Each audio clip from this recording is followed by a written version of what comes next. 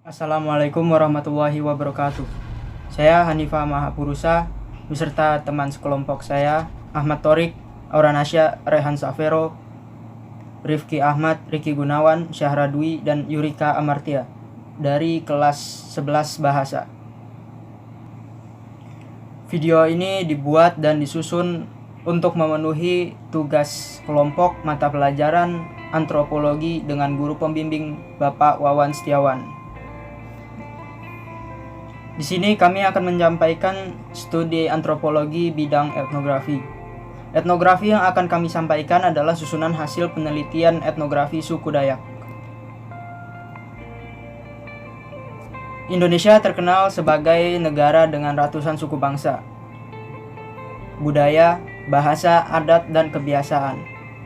Ratusan suku ini tersebar di seluruh wilayah Indonesia, termasuk di pedalaman hutan Kalimantan dengan suku Dayak. Suku Dayak berasal dari Pulau Kalimantan dan terdiri dari berbagai etnis suku. Masing-masing suku ini mempunyai kebiasaan, adat, dialek, budaya, serta wilayahnya sendiri. Suku Dayak adalah nama yang diberi penjajah kepada penghuni pedalaman Pulau Borneo yang tinggal di Pulau Kalimantan. Kalimantan sendiri terbagi menjadi Kalimantan Tengah, Kalimantan Barat, Kalimantan Timur, Kalimantan Utara, dan Kalimantan Selatan. Kata Daya serumpun dengan misalnya kata Raya dalam nama Toraya yang berarti orang atas atau orang hulu. Rangka etnografi yang pertama adalah bahasa. Bahasa yang digunakan suku Dayak ada 6. Yang pertama adalah Dayak Bare Injai. Bahasa ini dituturkan di Desa Kota Baru, Kecamatan Kapuas Tengah, Kabupaten Kapuas, Provinsi Kalimantan Tengah. Begitu juga dengan Dayak Baream dan Dayak Kapuas. Bedanya hanya di Desa Baju dan di Desa Pujon. Lalu ada Dayak Ngaju. Bahasa ini dituturkan oleh sebagian besar penduduk Kalimantan Tengah. Dapat ditemukan di sepanjang daerah aliran sungai di Kalimantan Tengah, kecuali Kabupaten Kota Waringin Barat. Perbedaannya hanya ada di dalam dialek. Namun pada umumnya bahasa itu dapat dimengerti dengan mudah. Lalu ada Dayak Pulau Telo. Dan yang terakhir adalah Dayak Seidusun. Bahasa ini dituturkan di Desa Seidusun, Kecamatan Kapuas, Kabupaten Kapuas Barat, Kalimantan Tengah. Sekian dari kerangka etnografi bagian bahasa. Terima kasih. Mengenal teknologi dan peralatan hidup, kearifan lokal, masyarakat adat Dayak. Iban Sebaruk. Tangguy. Tangguy adalah topi yang pada umumnya digunakan oleh perempuan Iban Sebaruk ketika pergi keluar rumah, baik ketika cuaca panas maupun hujan. Tangguy juga biasa dipakai kaum laki-laki. Tangguy kebanyakan dibuat oleh kaum perempuan. Tangguy, topi, biasa digunakan untuk pergi ke ladang. Tangguy berukuran besar digunakan oleh ibu-ibu yang biasanya pergi keluar rumah, membawa bayi atau anak yang digendongnya. 2. Capan. Capan merupakan alat menampi beras atau padi yang kadang-kala juga digunakan untuk menjemur makanan. Sebuah capan terbuat dari senggang dan ubi labu. Tulang yang berada di tepi capan disebut bengkong. Capan biasa digunakan untuk menampi beras. 3. Takin. Takin senangkin adalah sebuah wadah yang digunakan untuk membawa padi pada saat panen, membawa buah asam yang dipetik atau dipungut masaknya dari hutan. Takin senangkin digunakan untuk menyimpan padi saat memanen di ladang. Kelapai. Kelapai adalah sejenis tas cangklong bentuknya kecil yang pada zaman dahulu digunakan oleh kaum laki-laki untuk membawa peluru, senapan pada saat pergi berburu. Saat ini kelepai bisa digunakan untuk menyimpan rokok. Kelepai ini diberi hiasan dari kulit hewan hasil buruan. Jangkuk. Jangkuk adalah wadah yang digunakan untuk membawa padi, membawa kayu bakar, buah-buahan seperti durian, rambutan, dan lainnya. Jangkuk terbuat dari ubi seru dan ubi labu. Jangkuk bisa dibuat oleh kaum perempuan maupun laki-laki. Memang pada umumnya sebuah jangkuk lebih banyak dibuat oleh kaum perempuan. Jangkuk wadah yang digunakan untuk membawa kayu bakar ketika berikutan bahan pokok terbuat dari rotan. Pengayak merupakan alat yang digunakan untuk membersihkan padi atau beras dari ampa atau ampas padi. Lanyik digunakan untuk membawa padi dari uma atau ladang menuju pondok ladang atau langkau uma, atau ketika ke rumah. Sebuah lanyik terbuat dari gereni dan tulangnya terbuat dari kayu kecil atau laras. Mata pencarian masyarakat Dayak. Mata pencarian masyarakat suku Dayak selalu ada hubungannya dengan hutan. Mata pencarian masyarakat dipengaruhi oleh faktor geografi yang berkait dengan tempat tinggal, latar belakang, pengetahuan atau pendidikan, sosial, dan kepercayaan. Secara umum, mata pencarian masyarakat suku Dayak adalah bertani, berburu, berkebun, dan bekerja di pemerintahan dan swasta. Sebagian besar aktivitas masyarakat dilakukan di dalam hutan, seperti bertani, berkebun, meramu, bercocok tanam, perikanan, peternakan, dan sebagainya. Oleh sebab itu, keberadaan hutan sangat berperan penting terhadap kelangsungan hidup orang Dayak. Orang-orang Dayak juga memiliki kearifan dalam mengelola hutan sehingga tidak sembarangan untuk membuka lahan. Bertani.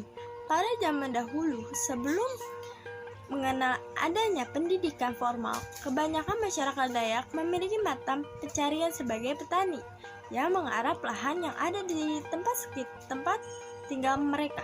Kondisi tanah di Kalimantan memiliki lapisan humus tipis dan berjenis tanah gembur, membuat lahan suku Dayak mudah sekali kehilangan kesuburan. Cara meningkatkan kesuburan adalah dengan membakar lahan dan membuka lahan baru. Semenjak mengerti cara pertanian modern, sistem ladang berpindah dan juga membakar hutan ini sudah mulai ditinggalkan. Tidak sedikit suku Dayak yang merubah pola pertanian mereka dengan pertanian modern lebih cenderung sawi dan karet. Berburu. Suku Dayak biasanya berburu di hutan dan mencari ikan di sungai. Kegiatan tersebut biasanya dilakukan setelah masa tanam, yakni saat menunggu panen dari kebun mereka. Hewan yang sering menjadi tangkapannya mereka dan menjadi makanan sehari-hari adalah babi hutan, rusa, burung, tupai, kidang, peladuk, dan hewan-hewan yang bisa dia tangkap lainnya. Masa pendidikan formal di kalangan suku Dayak biasanya banyak dari mereka yang meninggalkan pola berburu menjadi pola berternak. Umumnya berternak. Mereka adalah babi karena sangat mudah mencari makanannya. Babi adalah bahan makanan dan juga merupakan binatang yang sering digunakan dalam upacara adat tradisional suku Dayak. Selain itu, juga ada ayam yang diternak secara bebas dan kandang saat sore tiba.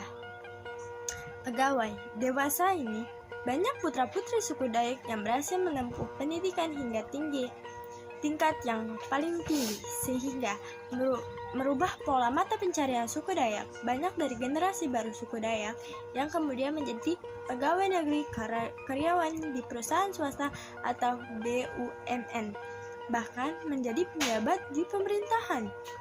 Selain itu, banyak juga yang kemudian kembali di tanah kelahiran untuk menjadi guru, kepala desa, bidan, atau tenaga medis lainnya. Mereka membagi ilmu dari bangku sekolah dan menularkan pada saudara-saudara yang berada di dalamnya. Sistem organisasi kemasyarakatan suku Dayak. 1. Sistem kekerabatan suku Dayak. Kata Dayak berasal dari kata Dayak, artinya hulu, untuk menyebutkan masyarakat yang tinggal di pedalaman atau di perhuluan. Sebagian besar orang Dayak berdiam di wilayah Kalimantan Tengah, Timur, Barat, serta sebagian kecil di Kalimantan Selatan.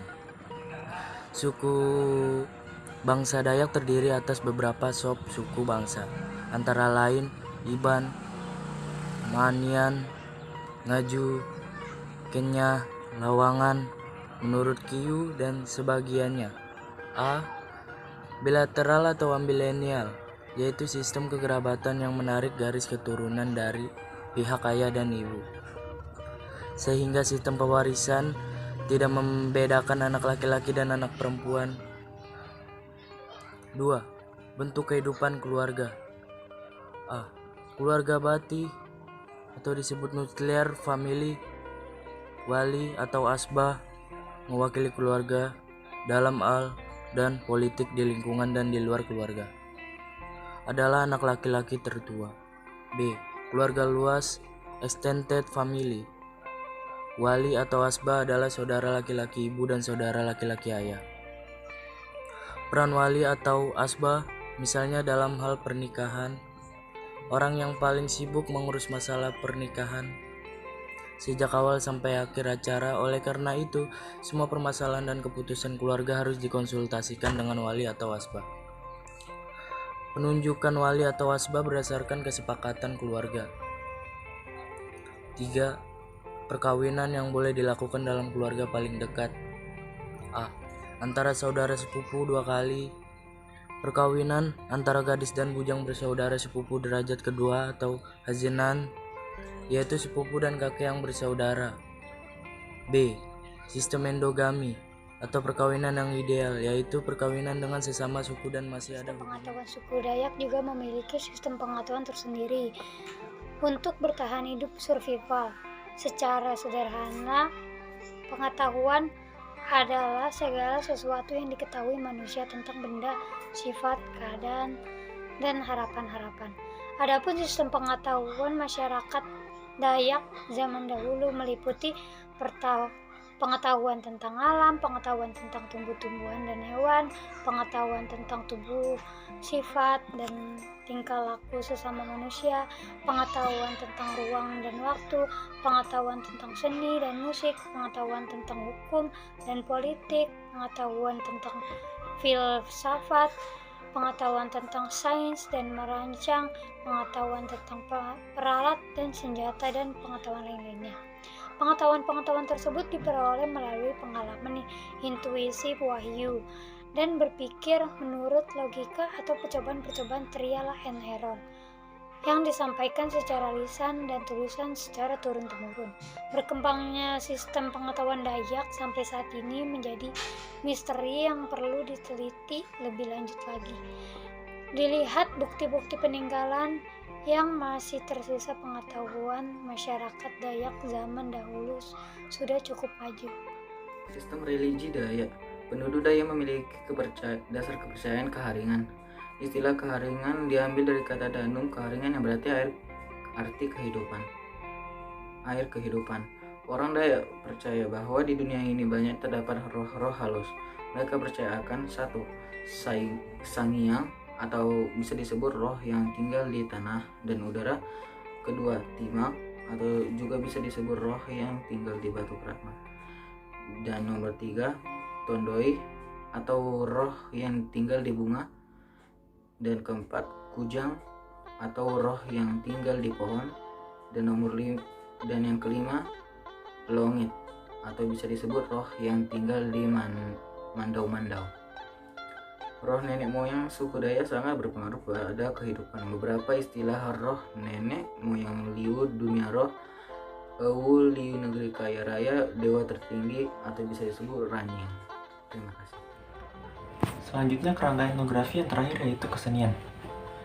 Seni tradisional Dayak adalah kesenian tari tradisional masyarakat Dayak yang berhubungan dengan latar belakang budaya suku Dayak yang masih terpelihara di antara sub-suku bangsa Dayak secara umum. Dayak merupakan sebutan bagi penduduk asli Pulau Kalimantan. Pulau Kalimantan terbagi berdasarkan wilayah administratif yang mengatur wilayahnya masing-masing. Pembagian wilayah terdiri dari Kalimantan Timur dengan ibu kotanya Samarinda, Kalimantan Selatan dengan ibu kotanya Banjarmasin, Kalimantan Tengah dengan ibu kotanya Palangkaraya, dan Kalimantan Barat dengan ibu kotanya Pontianak. Saat ini, suku Dayak dikenal dengan budaya dan keseniannya yang menjadi ciri khas atau identitas suku Dayak.